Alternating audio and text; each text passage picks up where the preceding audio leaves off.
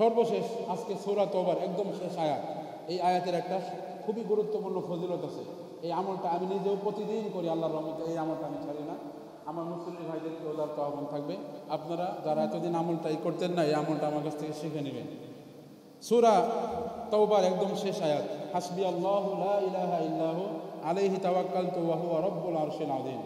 এই দোয়াটা, এই আয়াতটা যদি কোনো ব্যক্তি সকালবেলা 7 বার এবং সন্ধ্যাবেলা 7 বার পড়ে, তার সারা দিন রাত 24 ঘন্টার যত ধরনের দুশ্চিন্তা আছে, তার যত ধরনের হাওয়ায়েজ আছে, তার সমস্ত দুশ্চিন্তা আল্লাহ তাআলা পূরণ করে দিবেন এবং তার যত প্রয়োজন আছে সব প্রয়োজনের আয়োজন আল্লাহ তাআলা নিজ কুদরতে আতে করবেন। সুবহানাল্লাহ।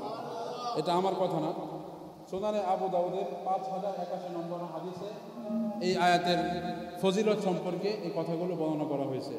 এই জন্য আমার ভাইয়েরা সকালবেলা 7 বার এবং সন্ধ্যাবেলা 7 বার আল্লাহ তাআলা সূরা তওবার এই শেষের আয়াতটা যেন আমরা আমল করতে পারি। সবাইকে তৌফিক দান করুন। আজকে আমরা অষ্টম তারাবিতে পবিত্র কোরআনের 11তম পারা তেলাওয়াত করেছি।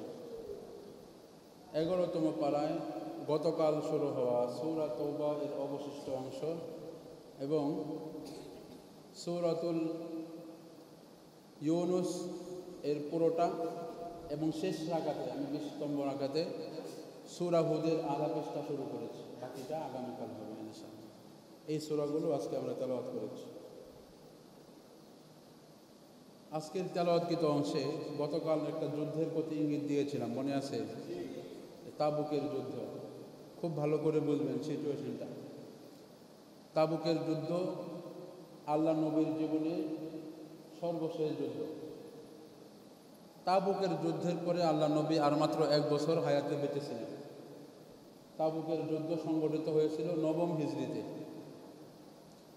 9ম হিজরিতে আল্লাহ নবী যখন তাবুকের যুদ্ধের জন্য যুদ্ধের ডাক দেন, এর প্রেক্ষাপটটা এমন ছিল, সিরিয়া থেকে মদিনার একদল বণিক ব্যবসায়ীরা তারা মদিনায় যখন ফিরে আসলো, এসে আল্লাহ নবীকে সংবাদ দিল, ইয়া রাসূলুল্লাহ, আমরা তো সিরিয়ায় থেকে একটা সংবাদ শুনে এসেছি।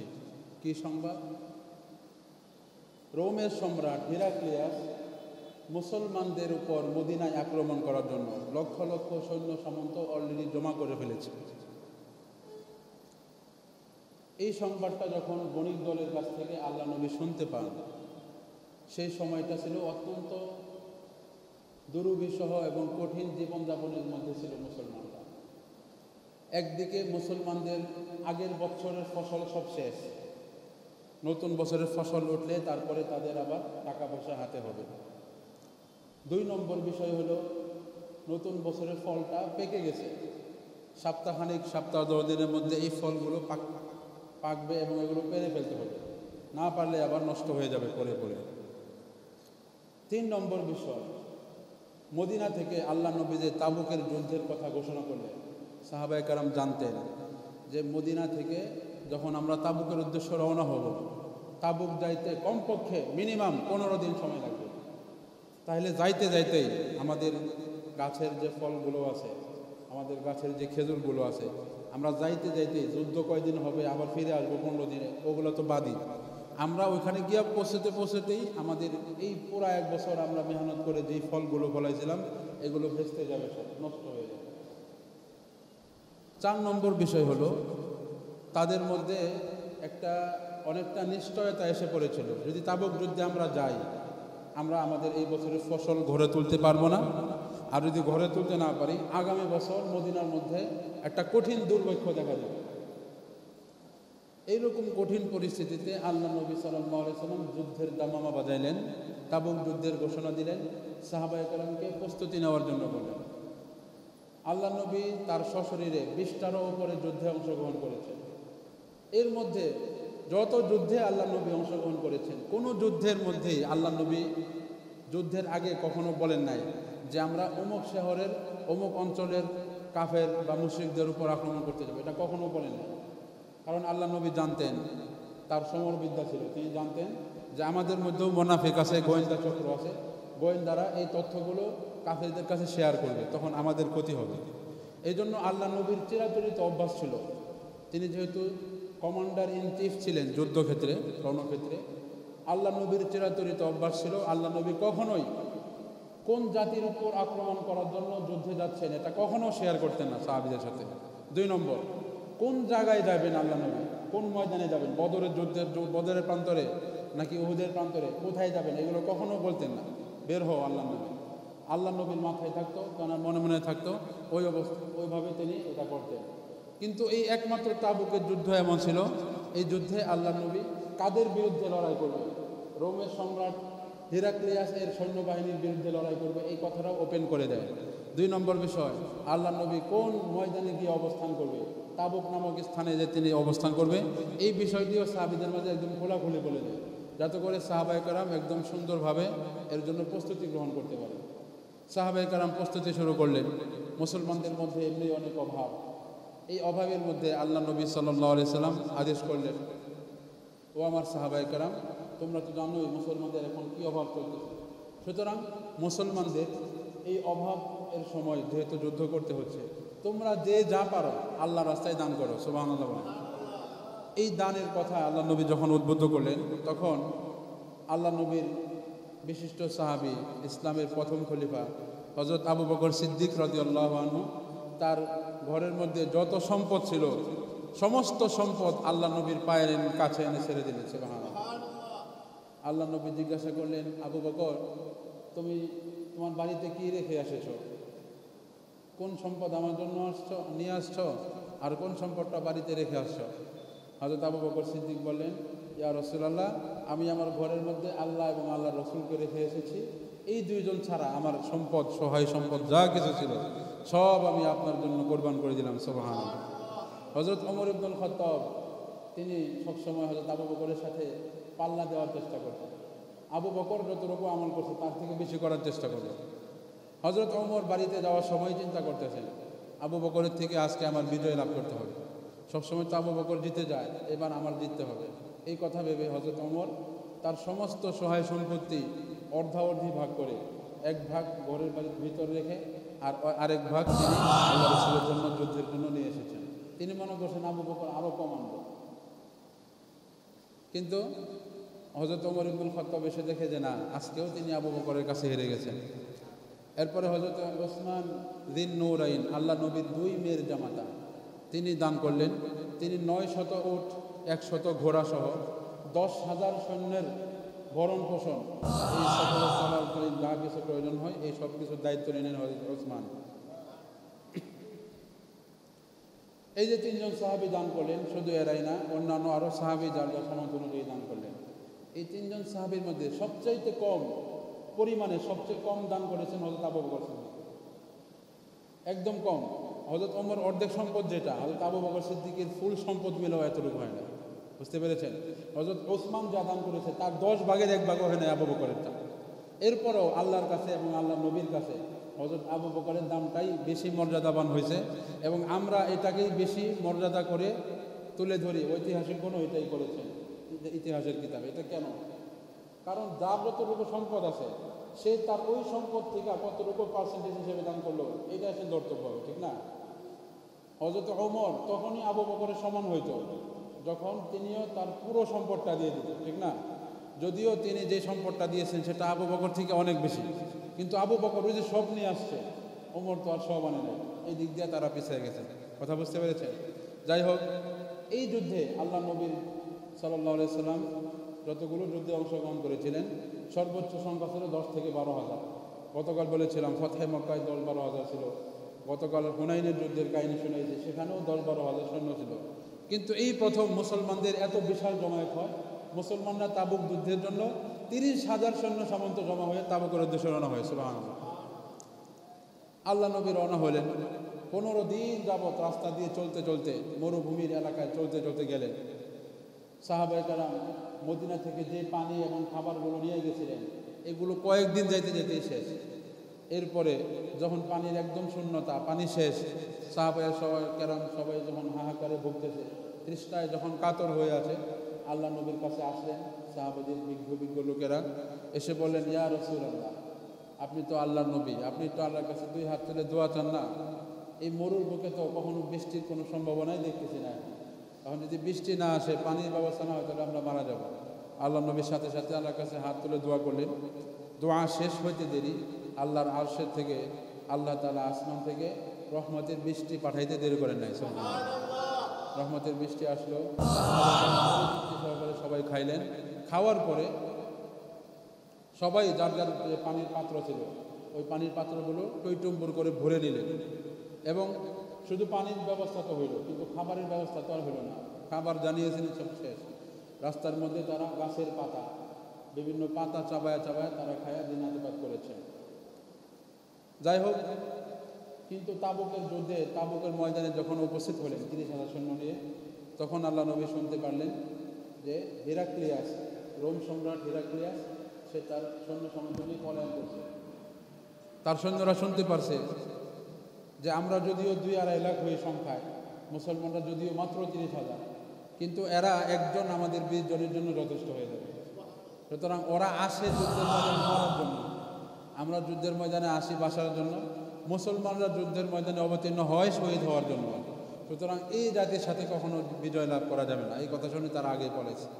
এরপরে আল্লাহ নবী তাবুকের ময়দানে কয়েকদিন অবস্থান করেছেন। এটা হলো বীরত্ব গাথা।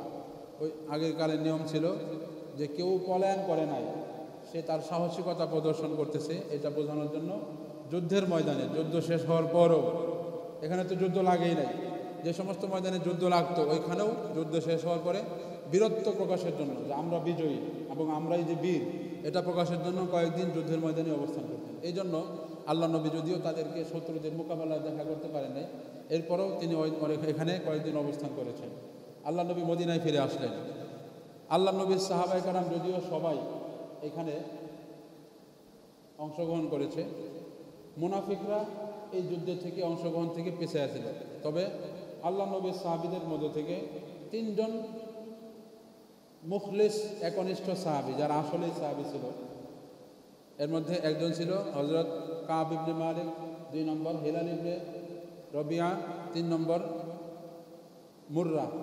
এই 3 জন সাহাবী তারা গরিবসি করে, অলসতা করে যাইতে পারে নাই। আল্লাহ নবী যখন মদিনায় ফিরে আসলেন, তখন মুনাফিকরা যারা যুদ্ধে যায় না, আয়েশাকে ওজর পেশ করতে হবে যে কেন যুদ্ধে যায় না।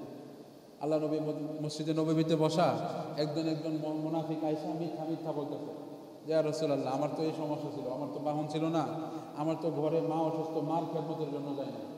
এক একজন মুনাফিক এক একটা মিথ্যা বাহানা দিয়া পার পেয়ে যাইতেছিল। আল্লাহ নবীও তাদেরকে এই বাস্তবে মানে যেই কথা বলছে এটার উপরেই ভিত্তি করে তাদেরকে বের হয়ে যেতে বলতেছিল, মানে তাদের কথা মানতেছিল, এমন না মিথ্যা বলতেছে এগুলো কিছু বলে নাই।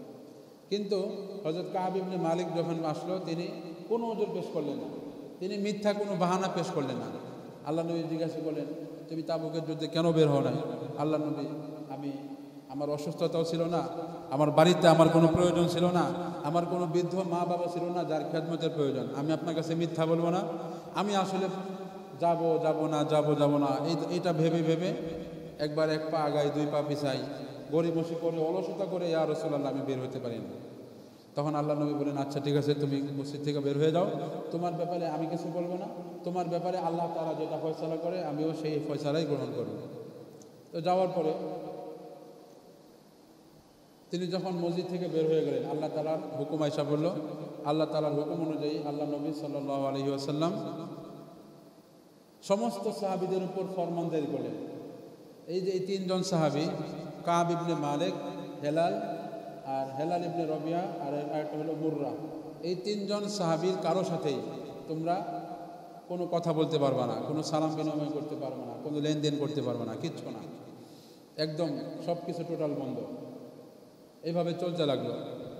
হযরত কাব ইবনে মালিক রাদিয়াল্লাহু আনহু, তিনি সাহাবী, যিনি তার ভাই ছিলেন, চাচাতো ভাই, তাদেরকে সালাম দিতেন, কিন্তু তারা সালামের উত্তর দিত না। মসজিদে নববীর সামনে গিয়ে হেলাল ইবনে রবিয়া যিনি ছিলেন, যার বয়স ছিল 69 বছর, কত এত বার্ধক্য থাকা সত্ত্বেও ওই যুদ্ধে যায় নাই। এরপরেও আল্লাহ নবী বলে নাই যে তুমি যেহেতু বুড়ো হয়ে গেছো সুতরাং তোমার জন্য যুদ্ধে যাও নাই, সমস্যা নাই, এটা তোমার ওজর হিসেবে গ্রহণ করলাম না। তার ব্যাপারেও একই ফয়সালা আল্লাহ নবীর, যে তোমরা তাদের সাথে লেনদেন, ওঠা বসা সব কিছু বন্ধ করে দিবা। কি ছিল দেখেন আল্লাহ নবীর জমানায়, আর আমরা বর্তমানে খালি ওজর খুঁজি, ঠিক না? কিভাবে আমরা আল্লাহ তাআলার কাছে কি জবাব দেব যে যুদ্ধে কেন যাও নাই, কাফেরদের বিরুদ্ধে কেন মোকাবেলা করো না? কি জবাব দেব আল্লাহর কাছে? এটা আমাদের খুঁজে পাওয়া মুশকিল। কি জবাব দেব? 69 বছরের সাহাবী, বার্ধক্যে নুয়ে পড়েছেন, তিনি বয়সের ভারে নুয়ে পড়েছেন, এরপরও আল্লাহ নবী তার ওই বার্ধক্যের ওজর গ্রহণ করেন। যাই হোক, এইভাবে একদিন, 2 দিন, 3 দিন, 40 দিন পার হয়ে গেছে। 40 দিন যখন পার হয়ে গেল, তখন আল্লাহ নবী আরেকটু কঠিন করলেন এই 3 জনের জন্য। কি কঠিন? যে এই 3 জন তো এতদিন তাদের স্ত্রীদের সাথে থাকতো, স্ত্রী রান্না বান্না করে দিত। আল্লাহ নবী ফরমান জারি করলেন, এই 3 জনের স্ত্রী যেহেতু মুসলিমা, সুতরাং তাদের উপরও ফরমান, তারা তাদের স্বামীর কাছে যাইতে পারবে না, ঠিক আছে? তারা তাদের স্বামীর খেদমত করতে পারবে না, স্বামীর সাথে মেলামেশা করতে পারবে না।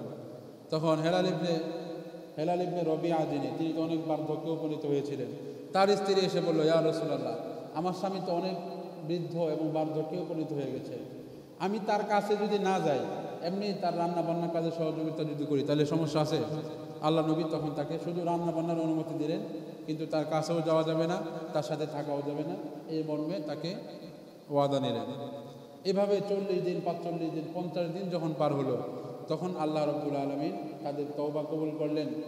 ওয়া আলাস সালাসাতিল্লাযীনা খুল্লিফু হাত্তা ইযা দাকাত আলাইহিমুল আরদু বিমা রাহাবাত ওয়া দাকাত আলাইহিম আনফুসুহুম ওয়া যান্নু আল্লা মালজাআ মিনাল্লাহি ইল্লা ইলাইহি। তারা যখন 50 দিন আফসোস করে, আল্লাহ তাআলার কাছে কান্নাকাটি করে, রোনাজারি করে তওবা করেছে, যুদ্ধে কেন যায় নাই, তখন আল্লাহ রাব্বুল আলামিন তাদের তওবা করলেন, তাদের তওবা কবুল করলেন। সুবহানাল্লাহ। তাদের তওবা যখন আল্লাহ তাআলা কবুল করলেন, আল্লাহ নবী এত খুশি হলেন যে সাথে সাথে একজন সাহাবীকে দিয়ে হযরত কাব ইবনে মালিককে খবর পাঠাতে বললেন। এত খুশি হয়েছেন ওই সাহাবী হযরত কাব ইবনে মালিককে দিয়ে সংবাদ দিলেন। সংবাদ দেওয়ার পরে হযরত কাব ইবনে মালিক এত খুশি হয়েছেন, আল্লাহ তার তওবা কবুল করেছেন এবং এটাতে কোরআনের মাধ্যমে আল্লাহ তাআলা তাকে সুসংবাদ দিয়েছেন। এই খুশির কারণে তিনি কাব ইবনে মালিক, তার পরনে যে পোশাক ছিল, এই পোশাকটা খুশি হয়ে খুলে যিনি সংবাদদাতা, যাকে আল্লাহ নবী পাঠিয়েছে, ওই সংবাদদাতাকে উপহার দিয়েছেন। এটা আরবদের তৎকালীন রীতি ছিল, কেউ যখন খুব বেশি সুসংবাদ দেয়, তখন তারা অন্য কিছু না পেলে নিজের শরীরের পোশাক পরিধান থেকে খুলে এটা তাকে হাদিয়া দিত। এটা তাকে অনেক সম্মানিত বোঝানোর জন্য, যে আমি তোমাকে অনেক সম্মান করলাম, এটা বোঝানোর জন্য এমনটা করত। যাই হোক আমার ভাইয়েরা, এই বিস্তারিত বিবরণ আর এই তাবুক যুদ্ধের ইতিহাস, এগুলো গতকাল শুরু হয়েছে, আজকে শেষ হয়েছে। এই ঘটনাগুলো আল্লাহ রাব্বুল আলামিন আমাদেরকে আজকের এই তেলাওয়াতকৃত অংশে আমরা আল্লাহ তাআলা থেকে এগুলো মেসেজগুলো পেয়েছি। এবার আসুন আমরা জেনে নেই, মদিনাতে যে সমস্ত মুনাফিকরা ছিল, মুনাফিকেরা মদিনার মধ্যে একটা মসজিদ নির্মাণ করল। والذين اتخذوا مسجدا ضرارا وكفرا وتفريقا بين المؤمنين وإرصادا لمن حارب الله ورسوله من قبل। মুনাফিকেরা মূলত মুসলমানদের বিরুদ্ধে বিভিন্ন ধরনের ষড়যন্ত্র চক্রান্ত করার জন্যই একটা ঘর বানাইছে, কিন্তু এই ঘরটা তো মুসলমানরা জানলে সাথে সাথে ভেঙে ফেলবে। এই জন্য এই ঘরটার নাম দিয়েছে মসজিদ। এবং তারা কত বড় মাথা নিয়ে চলতো দেখেন, এই মসজিদটাকে তারা আল্লাহ নবীর মাধ্যমেই উদ্বোধন করাইতে চাইছিল। আল্লাহ নবীকে একদিন মেহমান হিসেবে দাওয়াত দিবে, দাওয়াত দেয় না, আল্লাহ নবী প্রথম নামাজ পড়াবে, ইমামতি করবে, এরপরে আল্লাহ নবী তো আর আসবে না, ওনার কাছে যে মসজিদে নববী, তিনি তো সেখানেই নামাজ করবে। সাহাবায়ে কেরামও আল্লাহ নবীর ইমামতিতেই আল্লাহ নবীর পিছনে নামাজ করবে। সুতরাং ওই মসজিদে শুধুমাত্র মুনাফিকেরাই জমা হবে এবং মুসলমানদের বিরুদ্ধে যত ষড়যন্ত্র চক্রান্ত সব করবে, এটা ছিল তাদের উদ্দেশ্য। কিন্তু তাদের উদ্দেশ্য এই হীন চক্রান্ত বাস্তবায়ন হওয়ার আগেই আল্লাহ রাব্বুল আলামিন একদম কোরআনের আয়াত নাযিল করে আল্লাহ তাআলা আল্লাহ নবীকে জানিয়ে দিলেন, লা তাকুম ফিহি আবাদা ইয়া রাসূলুল্লাহ। মুনাফিকেরা যে মসজিদ বানাইছে, এটা তো মসজিদে তাকওয়া না, এটা হলো মসজিদে দিরার, এটা হলো ক্ষতি সাধন করার জন্য মসজিদ বানাইছে। লা তাকুম ফিহি আবাদা, হে নবী আমি আপনাকে আদেশ করতেছি, আপনি তাদের ওই মসজিদে দিরারে কখনো এক ওয়াক্ত নামাজও পড়বেন না। লামাসজিদুন উসসিসা আলাত তাকওয়া মিন আউওয়ালি ইয়াউমিন আহাক্কু আন তাকুমা ফি। বরং এই মসজিদের আগে আপনি কুবাইতে একটা মসজিদ বানাইছিলেন, ওই মসজিদটা বেশি তাকওয়াপূর্ণ, ওটা ছিল মসজিদুত তাকওয়া, তাকওয়ার মসজিদ। ওই মসজিদে নামাজ পড়াটাই আপনার জন্য বেশি শ্রেয়। মুনাফিকদের তৈরি মসজিদে জেরারে আপনার জন্য সেখানে নামাজ পড়ার মানায় না। বর্তমানেও হাজী সাহেব যারা আছেন, মদিনায় গেলে আপনারা দেখতে পারবেন যে মসজিদে জেরার নামে একটা মসজিদ যে তারা বানাইছিল, এটা এখনও অক্ষত অবস্থায় আছে, কিন্তু এরা মসজিদ দিয়ে এখানে নামাজ হয় না। এই বিষয়গুলো আল্লাহ রাব্বুল আলামিন আজকের আলোচনা তেলাওয়াতকৃত অংশে তুলে ধরেছেন। হযরত নূহ আলাইহিস সালামের ঘটনা বর্ণনা করা হয়েছে। ওয়াতলু আলাইহিম নাবা নূহ, সূরা ইউনুসের 71 থেকে 73 নম্বর আয়াতে আল্লাহ তাআলা হযরত নূহ আলাইহিস সালামের জাতির তার অবাধ্যতা, তারা 950 বছর হযরত নূহ আলাইহিস সালাম দাওয়াত দেওয়া এবং তারা মাত্র 40 জন, মতান্তরে 80 জন কেবলমাত্র ঈমান গ্রহণ করেছিল এবং এরপরে আল্লাহ তাআলা তাদেরকে মহাপ্লাবনের মাধ্যমে ধ্বংস করে দিয়েছেন। এই ঘটনার বিস্তারিত বিবরণ আল্লাহ তাআলা আজকে তুলে ধরেছেন।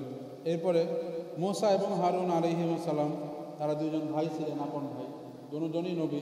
এই দুইজন দাওয়াত দিয়েছিল ফেরাউন এবং তার দলবল আলে ফেরাউন। তারা তাদের এই দুইজনের দাওয়াত প্রত্যাখ্যান করে। প্রত্যাখ্যান করার কারণে আল্লাহ তাআলা ফেরাউন এবং তার দলবল সহ সকলকে নীল নদের মধ্যে চুবাইয়া মারছে। এই ঘটনাগুলো আজকে বর্ণনা করা হয়েছে।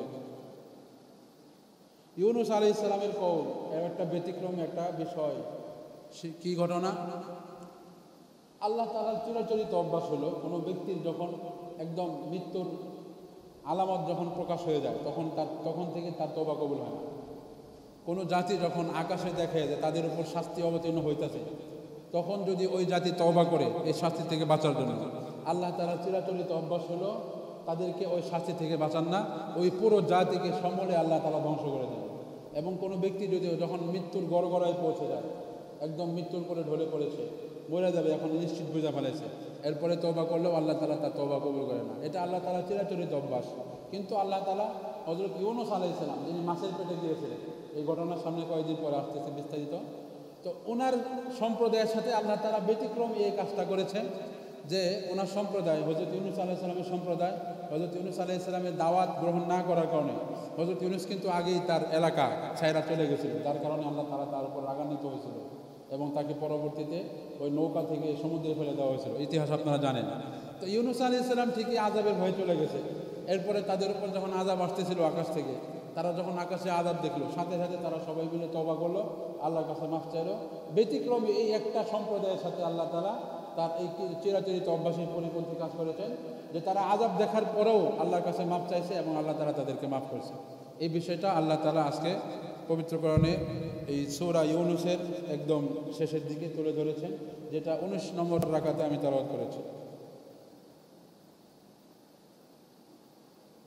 এবার আসুন সংক্ষেপে 1-2 মিনিটে আমরা জেনে নেই আল্লাহ তাআলা আজকে আমাদেরকে কি কি আদেশ করেছেন। 1 নম্বর, সূরা তওবার 95 নম্বর আয়াতে আল্লাহ তাআলা বলেছেন যে তোমরা মুনাফিকদেরকে উপেক্ষা করে চলো, মুনাফিকদেরকে বেশি পাত্তা দিবা না, তাদেরকে উপেক্ষা করে চলো। 2 নম্বর, তাকওয়া অবলম্বন করো এবং সত্যবাদীদের সঙ্গে থাকো। 3 নম্বর আদেশ করেছেন সূরা তাওবার 123 নম্বর আয়াতে, তোমরা জিহাদ করো এবং কাফেরদের প্রতি কঠোর হও। এরপরে আল্লাহ তাআলা আদেশ করেছেন একমাত্র আল্লাহ তাআলার ইবাদত করো। সূরা ইউনুসের 109 নম্বর আয়াতে আল্লাহ বলেন ওহীর অনুসরণ করো এবং ধৈর্য ধারণ করো। সূরা ইউনুসের 3 নম্বর আয়াতে আল্লাহ তাআলা বলেন আল্লাহর কাছে ক্ষমা প্রার্থনা করো এবং তওবা করো। কি কি নিষেধ করেছেন আসুন জেনে নেই। আল্লাহ তাআলা সূরা ইউনুসের 89 নম্বর আয়াতে বলেন সত্য সম্পর্কে অজ্ঞদের অনুসরণ না করা, যারা সত্য জানে না, যারা কোরআন হাদিস জানে না। হক বলতে এখানে কোরআন হাদিস, কোরআন সুন্নাহর জ্ঞান, কোরআন সুন্নাহর জ্ঞান যারা রাখে না, তোমরা তাদের অনুসরণ করো না। কিন্তু বর্তমানে আমরা করতেছি কিনা, বিভিন্ন রাজনৈতিক নেতা যারা নিজেরা কোরআন হাদিসের কোনো জ্ঞান রাখে না, মানুষকে জুলুম করে, দেশের সম্পদ লুণ্ঠন করে, তাদেরকে অনুসরণ করতেছি কিনা আমরা, তাহলে এগুলো করা যাবে না, আল্লাহ তাআলা নিষেধ করেছেন।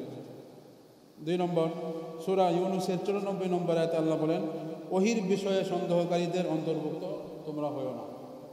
ওহী কোরআনের ব্যাপারে যারা সন্দেহ করে, ইসলামের কোনো বিধানের ব্যাপারে যারা সন্দেহ করে, কটাক্ষ করে, বাজে মন্তব্য করে, তোমরা তাদের অন্তর্ভুক্ত হয়ো না।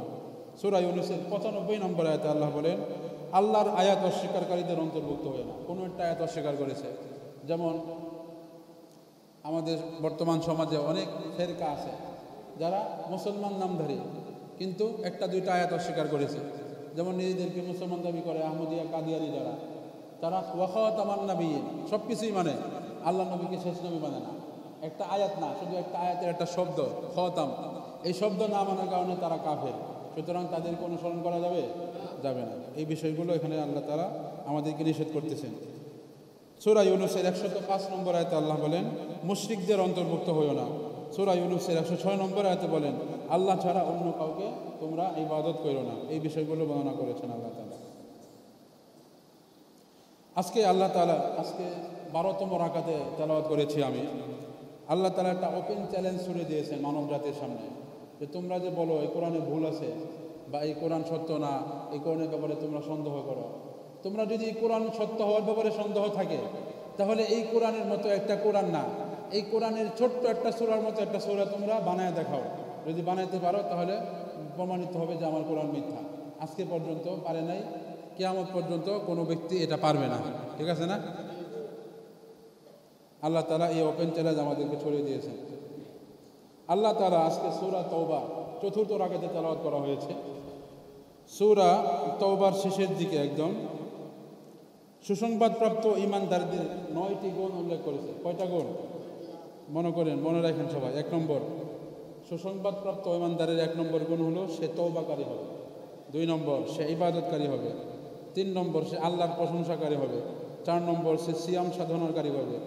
5 নম্বর, সে রুকুকারী হবে। 6 নম্বর, সে সেজদাকারী হবে। 7 নম্বর, সে সৎ কাজের আদেশকারী হবে। 9 নম্বর, সে অন্যায় কাজ থেকে মানুষকে বিরত রাখবে। এই কাজগুলো যদি কেউ করতে পারে তাহলে এরা হলো সুসংবাদপ্রাপ্ত মুমিন। কথা বুঝতেছেন? সৎ কাজের আদেশ বুঝেননি? এক জায়গায় যাত্রাপালা করতেছে, কনসার্ট করতেছে, আপনি যাই অনুরোধ করলেন, ভাই এই গানের পালাটা আপনারা এই গানের অনুষ্ঠানটা বন্ধ করেন, এটা অনুরোধ হইল। আদেশ আর অনুরোধের মধ্যে পার্থক্য আছে না? আমরা আমাদের সমাজে বর্তমানে যেটা করি, যে রোজার দিন বা দিনের বেলা আপনি যে পর্দা দিয়া 4 দোকান চালাইতেছেন, এটা না করলে ভালো হয়, এটা কইরেন না। এই যে আমরা বললাম, এটা কি সৎ কাজের আদেশ করলাম? এটা সৎ কাজের আদেশ হয় নাই ভাই, এটা আমরা ভুল। এটা সৎ কাজের অনুরোধ করতেছি। আল্লাহ তাআলা বলছেন সৎ কাজের আদেশকারী হতে হবে। আদেশ তো তাকেই বলে যে আদেশকারীর আদেশ লঙ্ঘন করলে তার শাস্তির সম্মুখীন হতে হবে।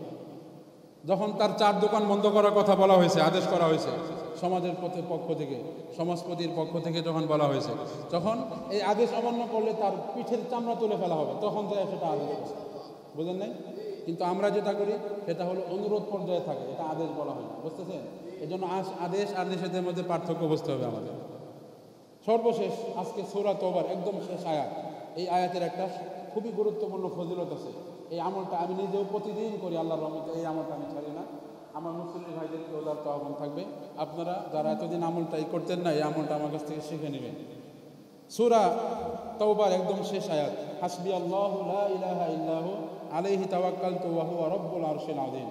এই দোয়াটা, এই আয়াতটা যদি কোনো ব্যক্তি সকালবেলা 7 বার এবং সন্ধ্যাবেলা 7 বার পড়ে, তার সারা দিন রাত 24 ঘন্টা যত ধরনের দুশ্চিন্তা আছে, তার যত ধরনের হাওয়ায়েজ আছে, তার সমস্ত দুশ্চিন্তা আল্লাহ তাআলা পূরণ করে দিবেন। এবং তার যত প্রয়োজন আছে সব প্রয়োজনের আয়োজন আল্লাহ তাআলা নিজ কুদরতে হাতে করবেন। সুবহানাল্লাহ। এটা আমার কথা না, সুনানে আবু দাউদের 5081 নম্বর হাদিসে এই আয়াতের ফজিলত সম্পর্কে এই কথাগুলো বর্ণনা করা হয়েছে। এই জন্য আমার ভাইয়েরা সকালবেলা 7 বার এবং সন্ধ্যাবেলা 7 বার আল্লাহ তাআলা সূরা তওবার এই শেষের আয়াতটা যেন আমরা আমল করতে পারি। সবাইকে তৌফিক দান করুন। আজকে যে সমস্ত বিষয় আলোচনা হয়েছে আল্লাহ তাআলা সর্বপ্রথম আমাকে এবং আপনাদের সবাইকে বোঝার এবং আমল করার তৌফিক দান করুন। আমিন। ওয়া আখিরু দাওয়ানা আলহামদুলিল্লাহি রাব্বিল আলামিন।